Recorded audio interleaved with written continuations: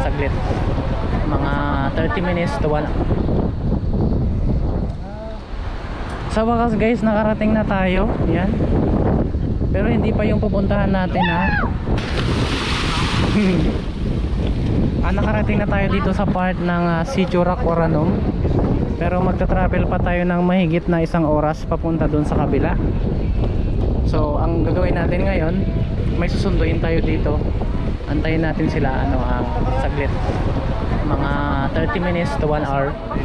Then aalis tayo dito. Papunta tayo dun sa sentro. So mag-swimming muna tayo. Woo!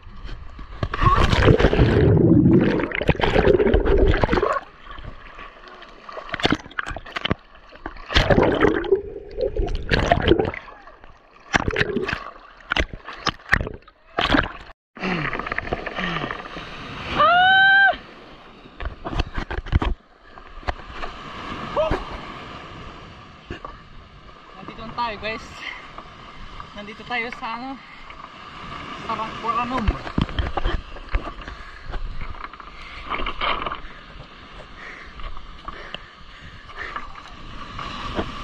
Na-miss ko tong tubig na to sobra.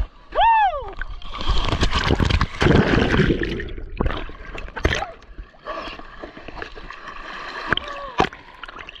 Ang lamig.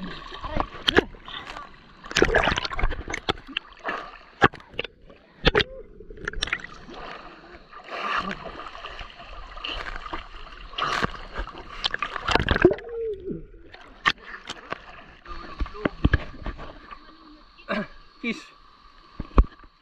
Woo!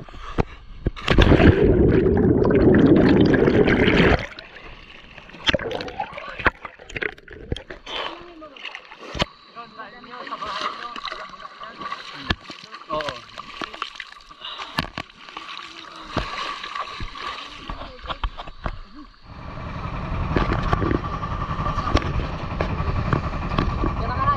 Tapos na tayo guys doon sa Racoranom. So paluwas na tayo papunta sa sa sentro, doon sa kabila. Magta-travel tayo ng mahigit na 1 oras.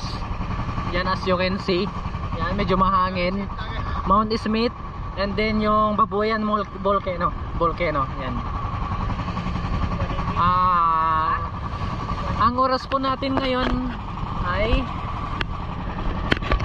5:50 PM. Magsi 6 na po. So makarating kami doon gabi na.